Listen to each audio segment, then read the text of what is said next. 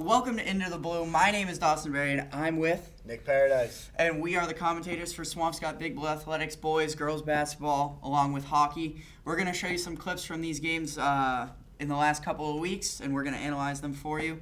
One from each of the games, one from the boys, one from the girls, and one from the hockey team.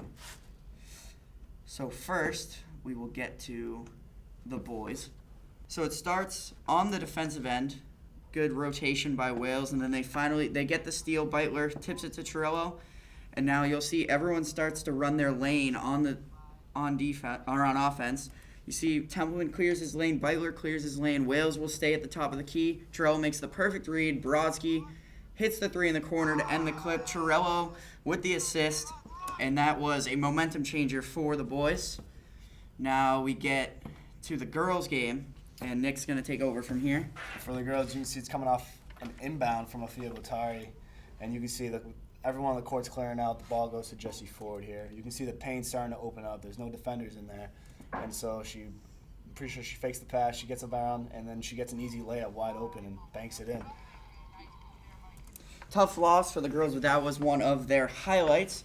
Now, our last one, it's coming from a while ago, actually, December 17th against Boston Latin Academy, the boys.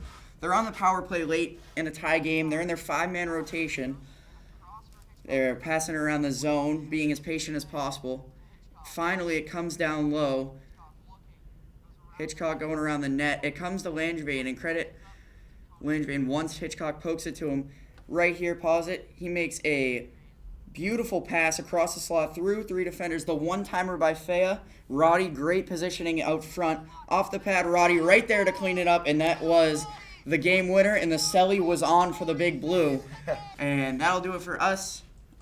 Into the Blue, Dawson Berry, Nick Paradise, and that was our clip recap, I guess. See you tonight. Yeah. Hello and welcome to our Into the Blue Weather Report. I am Eric Mackay, a physics and astronomy teacher here at Swampscott High School. Today we'll be looking at the weather for the next week, starting with Saturday. All right, temperature-wise, we can expect things to be fairly mild over the weekend and pretty dry. We are up in the 40s, but as the week starts to pass, we drop a little. Our next chance of snow comes on Tuesday on to Wednesday. Won't be as heavy, but we will get our next sight of snow. Then after that, if you take a look at the temperatures, you notice they start to drop going on into the weekends. So we will have a bit of a cold snap coming the end of next week. Won't be real harsh, but it'll be enough to drop temperatures a bit and freeze things over. So overall, January has been a warmer month, but a very wet one. And that's helping us recover a bit from the very, very dry summer and fall that we had. So key things to note here, dry weekend with fair temperatures. Then we will see our next mini storm come Tuesday on into Wednesday. It'll be mostly Tuesday night, Wednesday morning kind of thing. And then a cold-ish snap will be coming to end the week. Not real cold, but colder than what we've had. And that is our week weather-wise coming up. Now I'll pass it off to Bob Powell with the news. Hello and welcome to Into the Blue News, where we talk about local news and events important to Swampscott citizens of all ages. I'm Bob Powell, and I'll be your host for this edition of Into the Blue News. In the colder months especially, we should try not to forget the many lessons we learned from the COVID pandemic to help protect not only ourselves, but our friends and our neighbors as well.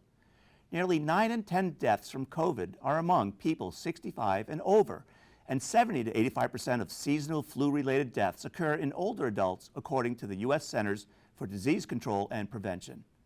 While life-saving vaccines are available, research shows COVID vaccine uptake has slowed among older adults. Only 40% of seniors have received the new booster.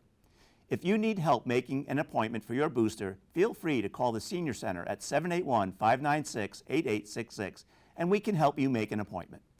And don't forget to wear a mask, wash your hands, and stay home if you don't feel well. Last year, Swampscott Town Meeting voted to acquire and repurpose the Hawthorne by the Sea property on Humphrey Street.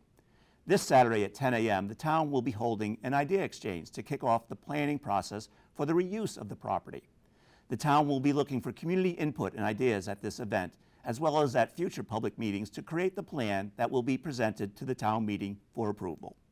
The idea exchange will be held at 153 Humphrey Street at Hawthorne by the Sea on Saturday, January 28th, starting at 10 a.m. To learn more, you can visit swampscottma.gov. For seniors who need help With their tax filings this year, the Senior Center is offering the opportunity to meet with volunteers from AARP every Wednesday up until April 12th. To make an appointment, please call the Senior Center at 781-596-8866.